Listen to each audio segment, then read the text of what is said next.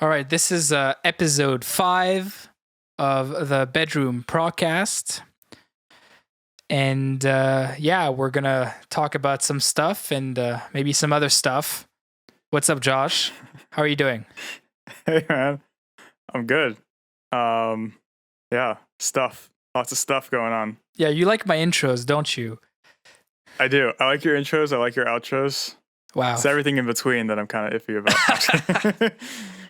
Fuck. So Josh, a little birdie told me that you just dropped some music. Well, actually, you haven't dropped it yet, but this episode is coming out in the future. So in the future, you just dropped some music. So why don't you tell us a little bit about this music that has been dropped recently? Wow, that was a great segue into this. Yeah, that's what they pay me the medium bucks for. Yeah, that was okay. Yeah, man. I just dropped my first track in a long time, really. Much longer than I wanted it to be, but it's a lot of stuff that's kind of out of my control.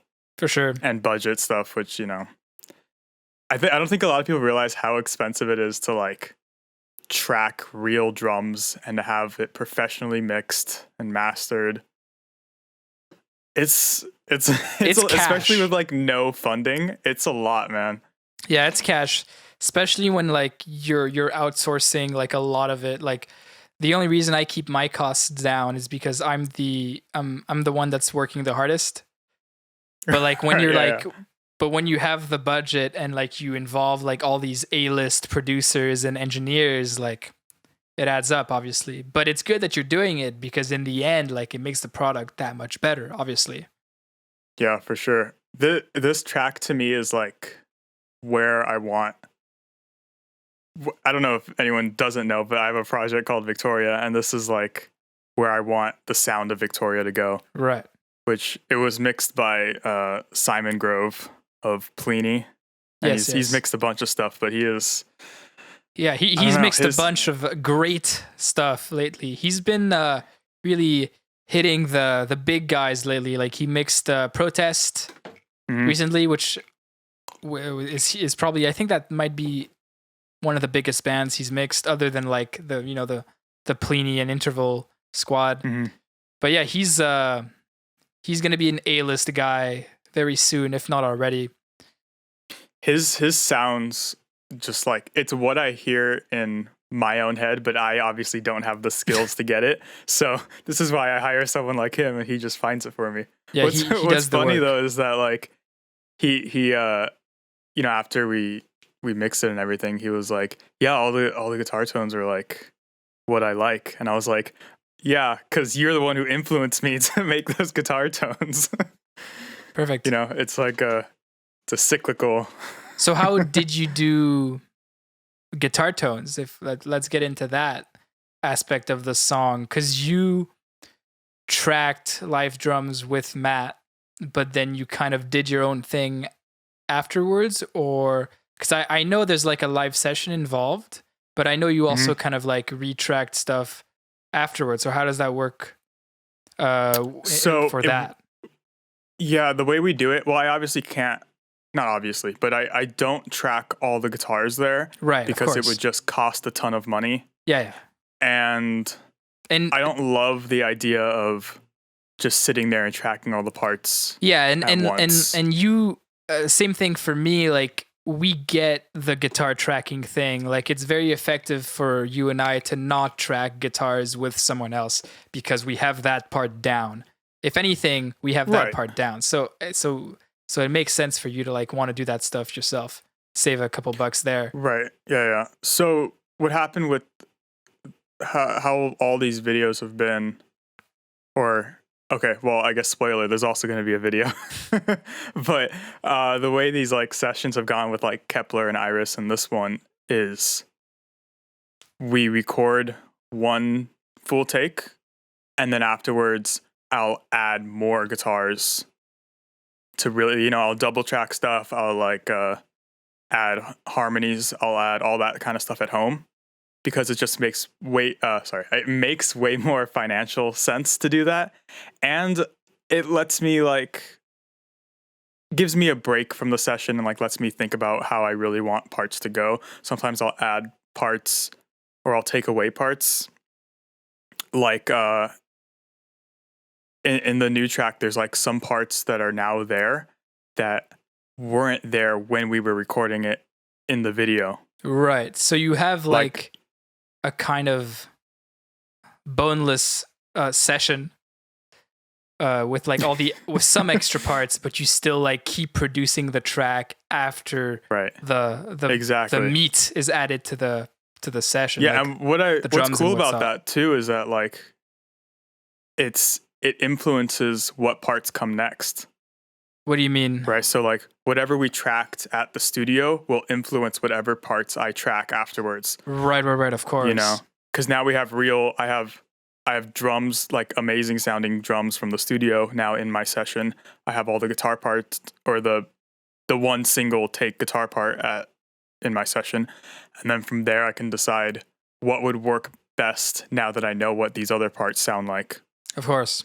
That's great. So like there's quite a bit of producing that goes into these songs that like you do yourself, you know, like before the actual session and afterwards before sending it out to like actual mixing and whatnot.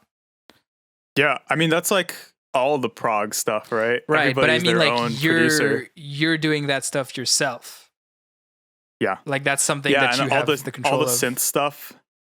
Yeah, what I like also is that when we're recording, nothing's final, right? So all the sounds I end up usually changing, like all the synth sounds and stuff like that. And in this track specifically, the last thing we finalized were the synths, and they're all from a Prophet, one of the Prophet keyboards. I don't remember which one. That's awesome. Matt had it, so we went over to his place and just sat down for a day and found all these sounds that fit well, like pads and like lead doubles and stuff like that. And I think it worked out really well. And there's something to say about the feel of analog synths in a song. I think like the analog synth workflow in itself makes it better, because I feel like I've been fucking with synths a lot in like my demos for the past like 6 months, like way more than I ever had before like Beyond the Nest. And the thing that I'm finding is I'm writing all these extra parts, and that's great because now I'm filling the production space, and the session space is being filled with like a lot of extra sounds, which is great. But the sound design is weak, mostly because my sound design chops are weak, right? Like I'm not an EDM producer. I don't know how to use these plugins and how to like, I know some stuff now, but I don't know enough. I don't know where I need to be in the sound design for it to be good, right? So I think for me, in terms of like the steps I would need to take to finish a production, I would have to like either rework all the sound design or take all my MIDI ideas and then run it through like some analog synths, because then I can be like, oh, I committed to this analog gear sound, which is already like way better than spending an hour fiddling with knobs, not knowing what I'm doing, unless I could also pay someone to do that. But the analog synth is definitely very appealing, especially in the prog doubling guitar lines type of thing. I'm down with that stuff. It's also a thing with like automation. Oh yeah, I just love doing it in as it's recording, which I know you can do with like digital synths and stuff. Yeah, but you like it's a performance like in Self. Like if you're reamping MIDI for sake of a better term, you're reamping MIDI through an analog synth, and then you have the knobs to play with. You can turn the knobs as you're pressing record, and then if it's not quite right, you do another take. I love that stuff. It's just a performance like anything else. Like automation used to be when you would play with a desk while you're printing out the bounce or whatever. Mm-hmm. And there's a ton of that. And what's great about doing it that way too is that it's not perfect, right? Yeah. There's like sections in the song where there's like these synths where like the cutoff is like swelling in after every hit. And we did those manually, where I would just like sit and then like turn it down real quick and then like slowly bring it back up, turn it down after every hit. And each one sounds slightly different. You know, it's not perfect. Well, and it adds to it. Yeah, it's all part of the vibe, you know? And then that's what, and I think that's like what all great songs strive to do, is to like really is to set a vibe, right? To set up a whole like aesthetic really well. And you can't it's easier to do that when everything has that more natural, not perfect, different every time feel. Oh, for sure. Stuff ends up sounding too sterile if there's no human element to it. Yeah, I agree.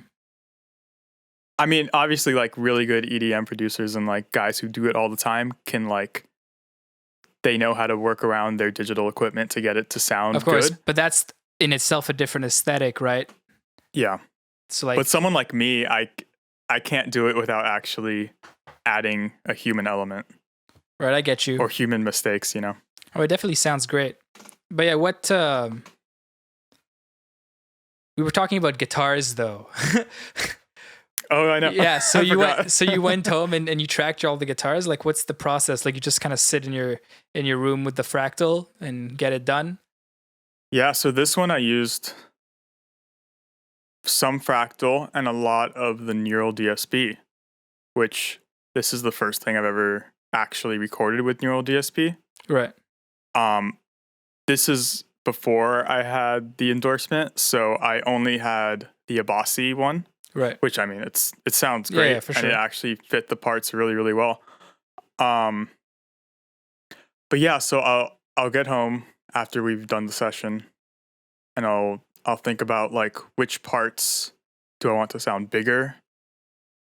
Because when I'm there, I'm not double tracking stuff, right? It's one take. I can't make huge rhythm parts. I can't make harmonies, anything like that. So that's kind of when I get home and I listen to the song a few times. I have to kind of think, what do I want? Like, what's my goal in this song? What kind of vibe am I going for? And I think for this one, I wanted it heavier, because I wanted to kind of move towards a heavier direction. And then I also wanted like a more melodic, thought out kind of thing, I guess. Yeah, I definitely hear that. It's definitely heavier than I mean, I'm not sure about Kepler or Iris, but definitely the album, just because of the tone. It's like a million times. Yeah, well, that was. It also sounds like a million, times better, but whatever. Yeah, well, that was a while ago. Like it definitely every progress is made on every front. My first album sounds like shit throughout. Oh yeah. Oh yeah, but yeah, you were about to say. Throughout my, because I had the EP and I had 2 singles and now this new one, you can absolutely hear my progress in how I've been tracking guitars and how I've gotten better at it, because I've just been doing this by myself for a long time. I haven't had anybody here helping me, I've just been doing it by trial and error. And so you can kind of hear some of the errors in my earlier stuff, but I think now it's starting to get to something more that competes with what everyone else is doing right now. Yeah. I feel the same way. Like, I just kind of, at some point, you're just like, well, shit, I guess I want to make music. So you throw yourself in the deep end, and then you make really bad music. and then whatever amount of years later, you're just like, I guess this is actually starting to be competitive now, and I can like do this for real. Right? Like, it's everybody's on their own journey, and then you just have to make some shit first. Right. And we talked about this before. Yeah, we're both way past that now, but like, you see the progress, like, especially the tone is way different on this single. Yeah. Oh, for sure. It's definitely much more what I'm into right now too, but it's also just, I'm just better at recording. Right. And I'm better at getting tones that work together. I think I'm better at writing. I would say yes by a lot, but I don't know. Yeah. How do you guys write, by the way? It's all it's all jams, it's all fun and games until Matt decides to do some stupid shit? I have a lot of people asking me how we write stuff together, because they're like, oh, do you just write it all? And then like Matt just puts drums to it or something. Right. But it's really actually more collaborative than people might think. That's cool. Like in this one specifically. So, okay, let me kind of explain the birth of the track. Sick. So this was a demo that I wrote at the same time. Like, I mean, immediately after the Modern Value EP. So this was like a couple years ago. Oh, okay, damn. And then Matt brought it up again. And he was like, "This song's kind of actually pretty cool. Like, we should flush it out and like release it." And I was like, oh, "Okay," because at the time I kind of didn't want to go back to any old stuff, and I just wanted to write something new. Right. But then I was like, it'd be cool to come up with a new perspective on it. So, which is kind of why we named it Perennial, because it was like, you know, it was a demo that was from a while ago, and now it lives on again, and it's like, you know. I get you. That's pretty cool. It's the first song where the name actually kind of means something. Yeah, naming instrumental songs is interesting. I know. I already hate naming stuff, and to name instrumental songs is like so difficult. Yeah, I think yeah. But yeah, so continue. You picked up this old demo, and then what? Yeah. So in the demo, it was only the intro section, and then there was like some crap in the middle, and then at the end, it had the outro section that is in the song. And then he wrote he was like, "Oh, it'd be cool if we went to this pattern," and he wrote a bass line that was like something that I would have never even thought about making, because it was kind of like, if you just heard it by itself, you'd be like, I wouldn't even bother with writing something to it. But he was like, just try it out. And so I wrote the big heavy riff to it, and I was like, oh, this is actually fucking sick. So I used that to kind of formulate how the rest of the song went. Right. And he suggested the metric modulation from 5 to 4. So it goes from 5 to 4, but the 4 is a faster subdivision than the 5 is. Oh, that's cool. Which is kind of cool. Yeah. That's sick. And then awesome. Yeah, well, what I love about doing the metric modulation stuff as a songwriting tool is that it makes the song feel like it's building to something. Oh yeah, for sure. If you do it right. Yeah, metric tension and release and stuff like that. Yeah. Important. So like it has the 5 riff that's like, I feel that it's pretty freaking groovy. So like the 5 riff, we're grooving to it, and then it like speeds up, but it's not really speeding up. It's just the subdivisions are speeding up kind of in a weird way. So it metrically modulates to the 4, and now it feels like we're like heavier, and it feels like we're going somewhere, and then it goes into like the quintuplet stuff. But I think it's an interesting thing that not a lot of people are really exploring yet, is using metric modulations to as like a songwriting device. Yeah, instead of just a show off thing. Yeah, I feel the same. I try to keep, I mean, not that I try to keep it, I just the way I hear metric modulations for songs, it just tends to stay on the simple side, like the stuff that's already like triplets and 16th notes, and then I would go like a build to a different time signature from those subdivisions because it's like more accessible. Yeah. But for me, it's like a transitional device, so it's like, building tension the same way that you would build tension harmonically to release it later. You can do that with metric modulations. Like the most simple things is like if you have like your pulse and then you go to a dotted 8th note pulse, then like everything's confusing for a second, but still kind of grounded because it's a pulse that people are like have already heard in the song. But then when you release it back to 4/4, it's like, oh, like all of a sudden everything's okay. So that's a huge like device, to build tension and then release it at some point, right?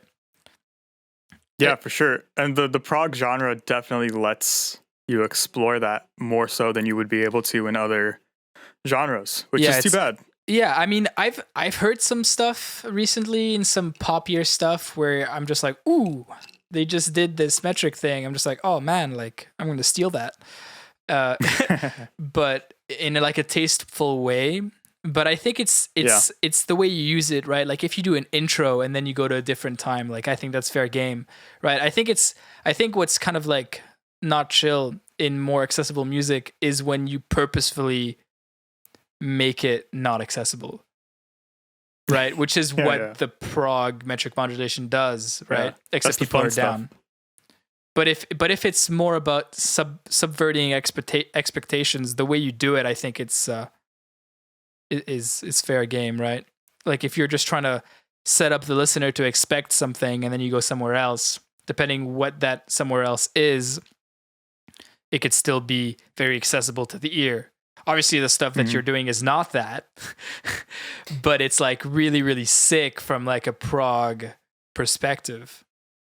I've always been, or when I'm writing this kind of stuff, I'm definitely trying to think more about, does it work if you're not even paying attention? Like, would you enjoy the song if you don't even care about metric modulation stuff? It's almost like I don't want people to count. I don't want the metric modulation to be like, oh, they switched to this different thing. I kind of want it to be like, oh, they don't know why it feels different, but it does, kind of thing. Right. Well, that's where you kind of do that in between thing when you're doing metric modulations. You've told me before you kind of like start somewhere and then you want to end up somewhere else, but in that transitional area, you kind of like imply the metric modulation before actually going there. There's a polyrhythmic aspect to the first. Yeah, I mean, we could talk about this. I would be down, but it's like a performance thing, right? Like you and Matt kind of imply the next subdivision before it happens over the original pulse. For sure, yeah. If you just go from one to the other, that's cool, and that's what we're doing in the song. We don't have the implied metric modulation stuff, right? But when we do it in a jam session or like in Iris, we imply it.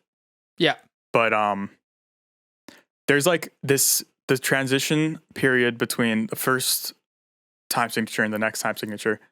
In the way that we do metric modulation, there's a polyrhythmic section to it, right? So if we're going from like 2s and 3s to like 3s and 4s, you can have a section where you're playing 3s and 4s on top of the 2s and 3s. Right. That's pretty cool. Which you're playing a 2 against 3 or a 3 against 2 polyrhythm and then a 4 against 3 polyrhythm before fully transitioning to the 3s and the 4s. Yeah. Sick. Yeah, and that's the whole thing, is that you and Matt, you're hearing that stuff before it happens. It's not like, yes, there's no guessing. Yeah, I think a lot of people have been like, oh, how do you hear it? Like, are you just like playing faster and hoping that it lines up? And I'm not.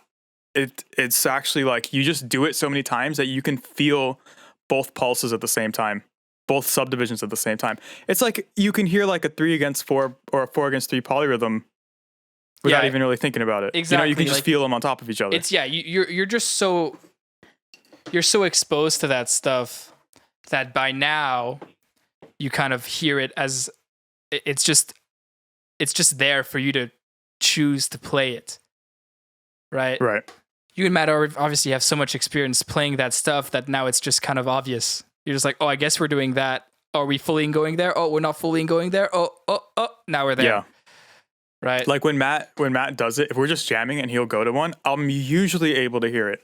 Unless he's like throwing some shit where he's like, oh, there's no way you're going to get this, and he's trying to throw me off on purpose. Yeah. Then, okay, yeah, he can definitely do that. But if he like wants me to follow him, I can usually hear it just because I'm so comfortable with doing it over and over. When sometimes we'll go to like a night jam session or something, and I'll hear him do it, and nobody follows him.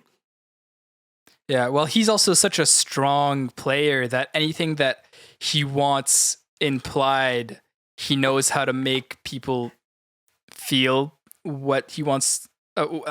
He knows how to make people feel music the way he wants them to feel it. Right. Of course, if you're not used to that stuff, you're gonna be a bit surprised when it happens. But doing that stuff with a player like Matt obviously makes it happen.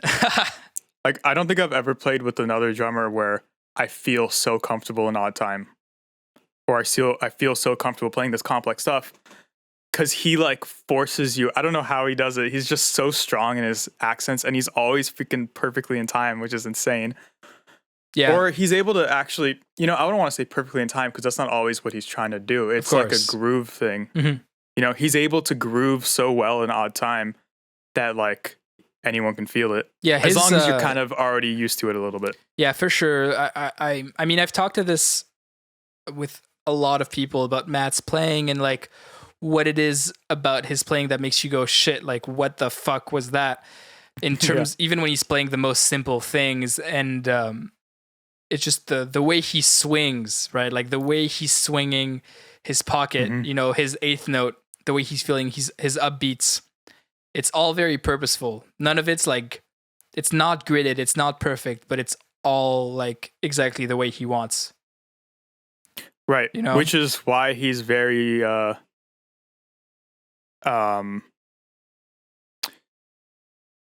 he doesn't like his drums edited at all. For sure. Because everything he does is on purpose. Right. And he's very like adamant about that. So like when we sent the stuff to Simon to mix, it was like the first note, don't edit the drums. Yeah, for sure. Know? Of course. Don't edit anything really. I mean, it would be blasphemy to edit a player like him, you know, like if you're going to get a player like him, like don't fucking edit it. You know, right. Like he's, I don't even think Simon would have thought about doing that with a player like Matt. Everybody knows. Yeah. But man, just to go back to Simon, he freaking killed it. And I love his bass tone. Yeah, because he plays bass on the single too. Yeah. Yes. Do you know about his process for that? Because I know like he was recently getting over not some playing injuries, but some general hand injuries. Yeah, I think associated to desk work. But so how did that work out? Because I guess like it was done before he went through that. Honestly, I don't know. I think it was happening at like the same time, and so he was like, "It's going to be a little bit of a slower process for me because I do have this injury." So like, for sure, be patient with the bass part. But it came out perfect. That's amazing. And his tone, he has like such. It's cool when guys who are really good mix engineers are also really good musicians. Oh yeah, because they can get like the perfect tone for themselves. Yeah, that fits the song like exactly. Yeah, you know, and which is something that I definitely struggle with. Yeah, he has the best bass tone. Period.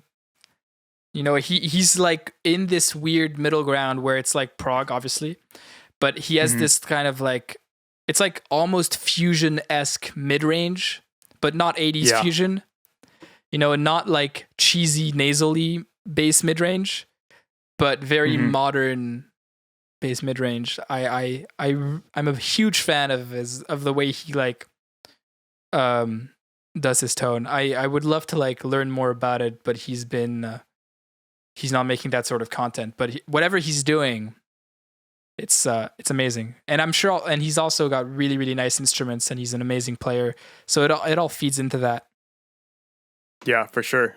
So as far as him playing the parts, we had a synth bass on it that was just a placeholder, so you can kind of hear what we want the general root notes to be and kind of stuff like that. And you guys you did the live session to that synth bass, to the MIDI bass, yeah. Right. Okay, that's interesting. But he kind of took whatever crap I put and like really developed it into something an actual bass player would play. And he had the drums so he can follow Matt's comping and whatnot. Exactly. Yeah. So that's another thing, is since we already had the drums, he was able to make all the same hits that Matt was making. Yeah. Because that's another thing about Matt's playing, is that sometimes he puts hits in weird places because it's so improvisation and like it's a lot of improv. Yeah, for sure. You know? So I don't know. I'm super happy with it, how it turned out, and I'm really hoping that people are into it. I have no doubts that people will be into it because it's a sick tune, and I think it's gonna be a sick drop. I don't doubt it's gonna do very, very well, especially since this podcast is dropping a few days after. Like, I'm sure by then it'll be everybody's gonna be like, oh fuck, like what is this? Because you've kind of like between now and the last time you released music, when was that? Maybe like a year ago. Yeah, so like between now and a year ago, like you've kind of tripled your following on the internet, definitely. which is like, it's very inspiring. But so this song is gonna hit hard, and then I think this song is gonna hit hard, and then a bunch of people are gonna discover that you have a bunch more songs after this song hits. Yeah. But at the same time, I kind of want people to look more forward to stuff that I want to make right now. Of course, but I mean, like, the fans, they're gonna find you and your material, and they're gonna have a great time looking through the rest of the stuff. Yeah, hopefully. Yeah. I'm stoked. Yeah, it's gonna be sick. Okay, that's all my interviewing Josh trops for now. Yeah, thanks. So now we're going back to the usual nonsense. Yeah. You just got a FM3 though. What's Oh, I did. You just got an FM3, bro. Now back to the gear talk. Yeah, last podcast you're just like, I have no idea when I'm gonna get this invite to get this FM3, and now you fucking have it. I was on the wait list for so long. It was probably like 5 months, and then right after the podcast, I got the invite. It was so and sick. I purchased it like immediately. It was meant to be, and then it came within a week. So I've had it for about a day now. And do you feel like a new man? A new man with new tones? The AX8, I was starting to definitely feel its age, especially in like how much power it had. Right. And just its interface, it had like the green screen. Yeah. Yeah. It's just like, it's so dated looking and all that. I'm still rocking the I'm still rocking the XL, the 2XL Plus. So I know what you mean. But that has more power for sure. Yeah, for sure. I have no need for the upgrade, and I will likely not do it unless I get like an FM3 as well. But I don't see that happening for a long time, and unless I get a very specific gig, and there's no gigs right now, so I'm not gonna get it. Yeah. But I don't know. I have a hard time. I would have a hard time buying an AXFX3 over an FM3. Yeah, just for sure. Because I need to use it outside the studio, or outside my bedroom, the studio, my bedroom studio. Yeah, I mean, I feel the same, except my Fractal has been in my desk rack for I don't know, how long have I had this for? Like at least 3 years. Since I've gotten this desk, the Fractal has not left the rack. Oh, wow. Because I've never used the Fractal live. So for me, the Fractal, the XFX3 would just serve the same purpose. It would just be like upgrade time. But they just dropped the Mark II XFX3, right? Yeah, it seems like a very minor. Yeah, it's always the differences between the 2XL and the 2XL Plus, and then there's a Mark II as well. The difference between those are very minor. There's no modeling differences. It's all just space and there's power. No like sound quality difference. No. I think there's there might be some like little IO things, but no sound differences. But yeah, I really don't see myself buying into the new technology unless I need like a floor unit, in which case I would get an FM3 because it's way cheaper than like the competition. Like we talked about this last time, but I bought a Capture X. Yeah, and you're turning into a gear snob. Yeah, now, bro, real amps all the way. Yeah. Well, for using AXFX, freaking fucking loser. No, I mean for most, the AXFX can do everything. So if I need something that my amps can't do, I'll go to the Fractal, and that's probably gonna happen for like most clean things. Just because like my amp collection is more of a like gainy, crunchy things. Mm-hmm.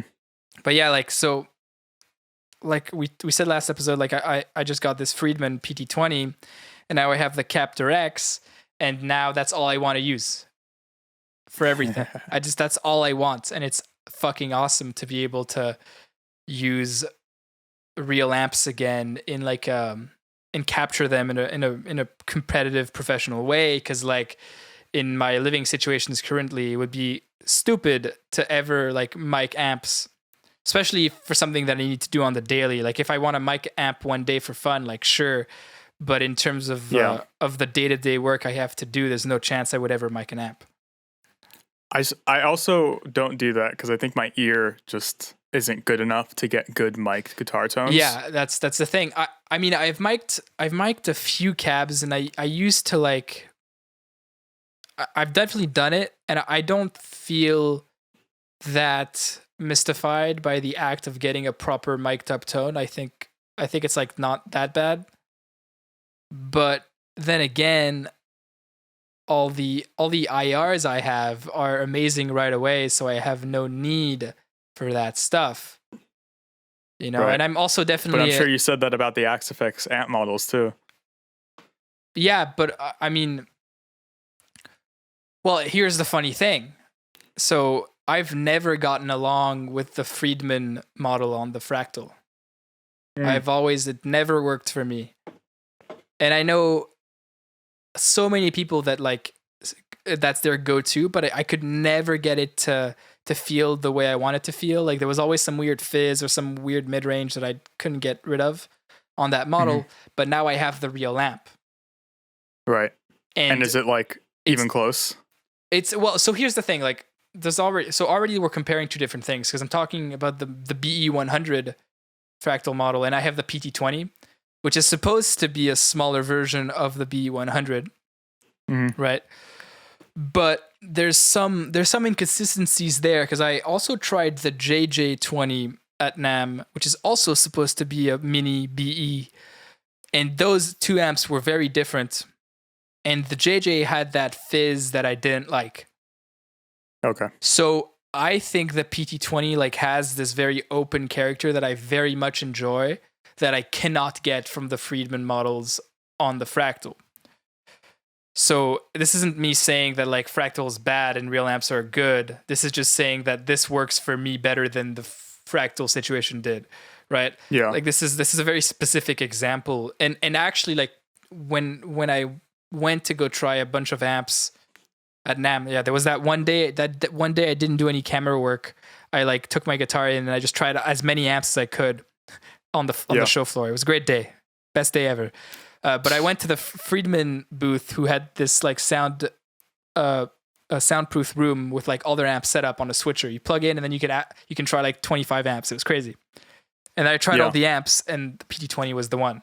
You know, it just had this nice forgiving, open character, which I really, really liked. So I was like, I have to cop one, and here I am 6 months later with a fucking PT20 and a Capture X, and I'm just like. So what made you choose the 2-note capture thing instead of like, because I know Sir makes one, right? Yeah, Sir makes like one. The aux. Well, so the aux doesn't do IRs, so that was automatically disqualified because I need the IRs because I have a lot of go-tos and I'm endorsed by ML Sound Labs, and Miko is an IR genius. So yeah, I mean Universal Audio, they sound. I had an aux for a long time, and that's kind of what also I recorded Kepler and Iris on, which is why they sound much different than this new song that just came out. Because now I'm using Fractal stuff and that kind of thing. But it was cool and it sounded great. I just don't think it fit what I was going for. For sure. I'm sure it's a great unit. So many people swear by it, but I really wanted that flexibility of having third-party IRs.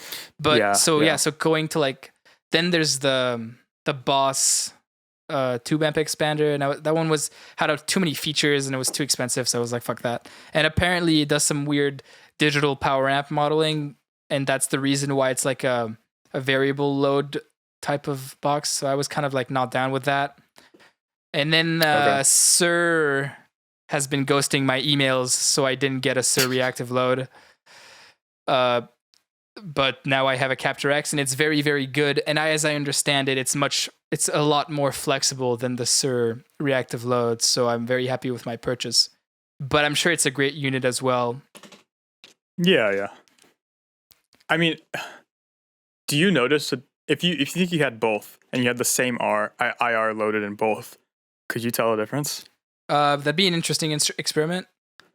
Like, I don't really know what the difference is. Well, so the difference if you have an IR, I don't know.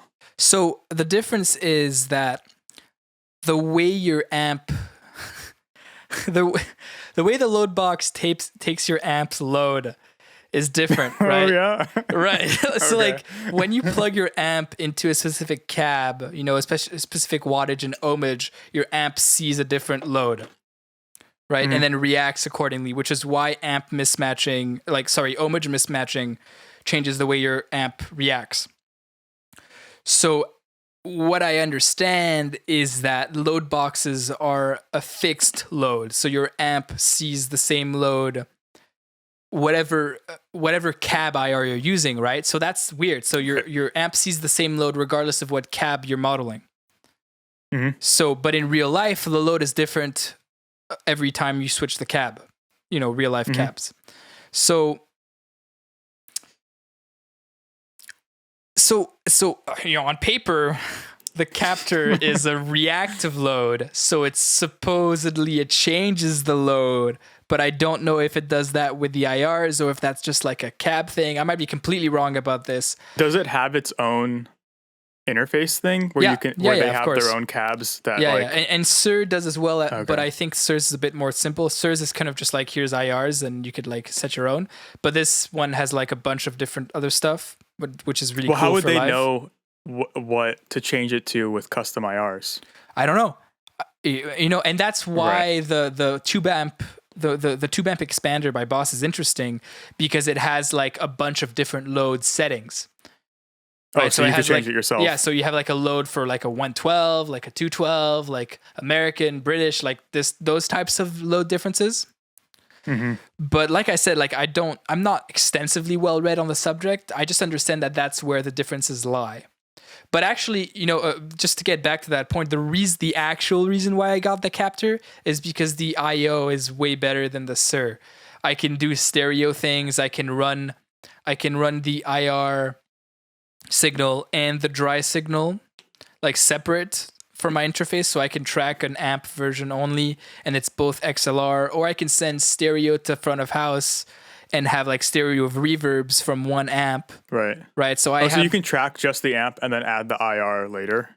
Yeah. So I can do that, but also like within the captor itself, I can do stuff like tracking one amp and then sending left and right to like, for a gig, like I could send left and right to the mixing engineer and like do like stereo reverbs. I can do like weird double tracky things, which I'm not actually going to use, but that's a flexibility in the Captor X that the SIR does not have. The SIR is a much simpler unit, which is cool, right? Like I'm all for straightforward, less bells and whistles type, but I think the Captor X was the right choice for me because of the flexibility that I needed for the type of tracking I want to do. Because ideally, I want to do like printed cab tone. I want to do no cab amp tone, and then I want to do DI. Right, like that's the flexibility I want when I'm tracking. Like if I'm doing a session gig for someone, or if I'm reamping something for someone, or whatever. Yeah. So do you track with like reverb and delay after the amp?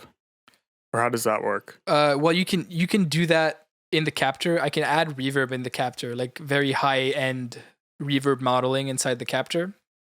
That's cool. But I also have my pedals on the floor now, which is really cool, right? Yeah. And I really like that because I've done it a little bit with a fractal, but I haven't really been using my pedals with a fractal. So now I have like my go-to pedals, which are actually a huge part of my sound live, that I'm going to be able to like casually record, right? Instead of like taking my pedal board apart and plugging one in the front of the fractal. So now like the pedals, like the Bogner Harlow, which is admittedly like, I never turn it off. It's on all the time on all my tones on the amp. That's huge for me. And you never record with it till now. I haven't never recorded with it till now. So that's going to be a huge change to my tones in general, just because of the change in my workflow, right? So this is the big thing, is that now my workflow facilitates a lot of different things. Right. right? Like even using the Horizon Devices pedal, like the Horizon Devices pedal, like actually never really played that well with my Mesa, I find, but it plays really, really well with this Friedman. And now I have the chain ready, right? Like I just print this tone, and it sounds fucking sick. And to be honest, like on the Fractal, I kind of always wanted to record with delay and reverb on the way in for my leads, but I actually kind of feel okay recording my leads dry because the real amp has a bit of a different feel. For sure. It almost feels more wet already just because it's a real amp. So I think I'm going to experiment with recordings leads dry and then adding reverb on the way, in post, which I've been doing anyways, but exclusively doing that is not something I had been doing. So I'm just experimenting with different stuff, different tones. Definitely, I mean, I'm still like in the demo process of all the stuff I'm writing right now, but when I get back into like real guy guitar recording mode, I'm going to have a lot of fun, and I'm going to have a lot of flexibility and a lot more tone shaping possibilities, which just excites me and makes me want to just get it done. Right, which is I think it's similar to the analog synth thing, where it's just more inspiring and like fun to be adjusting actual knobs and stuff. And I've been feeling a bit stale at the Fractal stuff, even though like my tones are great and there's nothing wrong with them, but I've just been, you know what it is? I've been feeling stale about the workflow. So having this, very nice stack of amps next to me just makes me want to use it more, and the ritualistic process of turning on the amp, setting up the tone, and like twisting a real knob when I want more gain, it just makes me feel different about the work that I'm doing, which is interesting. I'm also the type of person who's like, I want everything as simple as possible. Right. I don't like having a million parameters to adjust. Yeah, and this is why in Axe Effects simpler. I usually don't. In a way, is what I'm doing is simpler. Like I have one amp that I'm committing to. I have a few IRs that I go to. I got a couple pedals on the floor, and when I make an Axe Effects tones, it takes me an hour to make it because I'm extremely finicky with all the little parameters, like moving them in 0.5 decibel amounts. Right? Yeah. Dude, I'm the type of person who I'll type them all in because I want them to be all perfect numbers. Sometimes when 4 and 4.5 isn't quite right, you go to 420. You know that I'm that kind of person. Yeah. Anyways, man, I think we should wrap it up. Do you want to plug in? You want to plug some of the stuff that you're dropping before we wrap up? Like where to find it and what's available. We don't know exactly when this podcast is going to drop, but my track Perennial came out September 22nd, which is my project Victoria with Matt Garska. I got tabs for Perennial, right? And backing tracks. So if you guys are trying to, I don't know, play along or something, or if you just want to see how I kind of went about everything, it's all in the tabs, got all the metric modulations, all the subdivisions, good stuff. And then I'm also releasing merch for the first time. Oh, which is also pretty influenced by you. Because I hadn't even like done it for a while, and then you were like, fucking get on it. And I was like, bro, like right. what I tell people, like, hey man, like you're literally losing money by not having merch right now. Yeah, all the merch was designed by me. I had my brother designed a few of them, but it's definitely cool. I want to see people wearing shit. Fuck yeah, man. All right, so this was episode 5 of the Bedroom ProgCast. Yeah. My name is Joseph. This was the promotion episode. Yeah, the promotion episode. We talked about a lot of shit though. This was good. Yeah. But yeah, so you can follow me at Joseph_is_rad on Instagram, and you can follow Josh at Josh Della, and go check out his music out everywhere. Victoria, Perennial by Victoria. Yeah. And we'll be back at some point. We have some guests lined up, which is very exciting. Should be interesting. That's going to be great. That's gonna be really great. But anyways, we'll see you on the flippity flip, and peace.